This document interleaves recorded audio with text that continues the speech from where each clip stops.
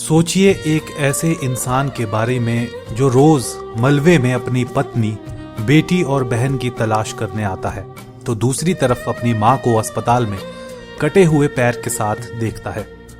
हिमाचल में आपदा ने हजारों लोगों को जिंदगी भर के जख्म दे दिए। ये हैं 22 साल के नितेश।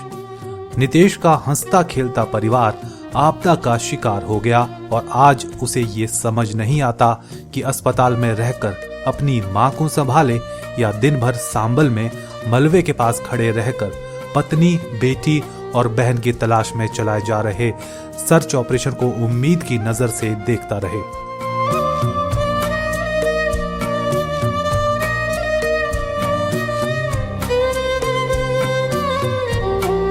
उम्मीद की किरण तो जिंदा रहती है कि शायद कोई जिंदा ही निकल जाए, लेकिन जैसे जैसे समय बीतता है इंसान ये सोचने लगता है कि हे भगवान, कम से कम मेरे अपनों के बिना प्राण के शरीर ही मिल जाएं।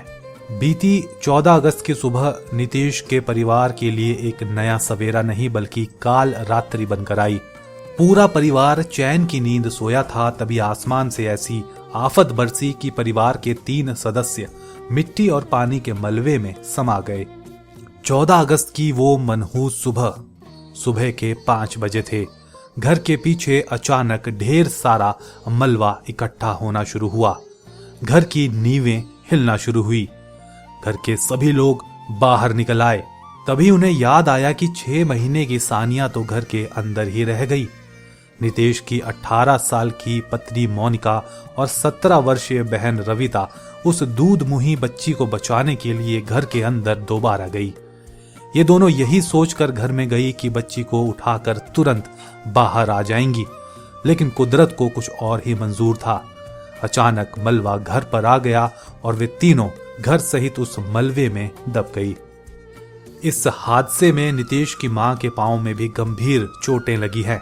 स्थानीय लोगों और पुलिस के सहयोग से जैसे तैसे मां को अस्पताल पहुंचाया गया, क्योंकि चारों तरफ सड़कें बंद थी और जाने का कोई रास्ता नहीं बचा था।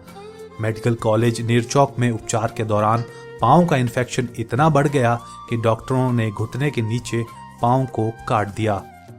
अब परिवार के इकलौते सहारे नितेश के सिर पर दुखों का पहाड़ टूटने के साथ साथ जिम्मेवारियों का बोझ भी आन पड़ा है। बादल फटा था, फैमिली दब गई है यहाँ पे, और 3 है, उसमें मेरी एक मिसेज है, एक बेटी है और एक मेरी सिस्टर है। वो अभी तक मिली नहीं है डेड बॉडी उनकी। और वो माता जी मेरा हुआ है हॉस्पिटल में, उनका डॉक्टर ने पाँव कर दिया, इन्फेक्शन हो गया था उसको। और मेरे को डेड बॉडी जल्द से जल्द मिलनी चाहिए। सरकार से यही है, विनती है मेरी हाथ जोड़ के, मेरे को जल्द से जल्द उनका सब दिला दें और मेरे को उनका जो भी करना है संस्कार वगैरह उनको मैं करूँगा। हाँ जी, डेली मैं आ रहा हूँ यहाँ पे, डेली अप डाउन कर रहा हूँ नहर चौक से यहाँ तक।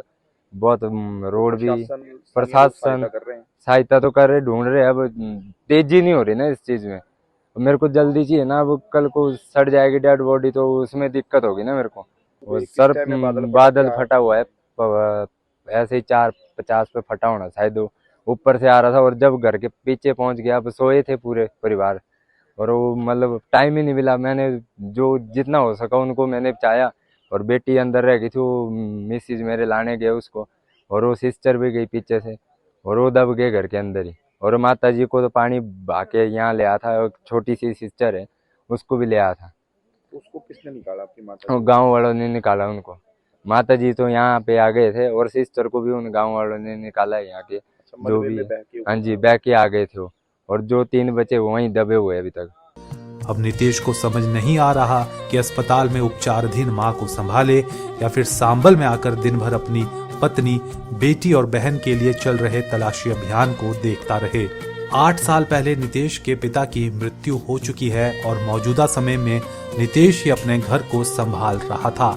नितेश ने जिला प्रशासन से अपनी पत्नी, बेटी और बहन के शवों को जल्द से जल्द ढूंढने की गुहार लगाई है कि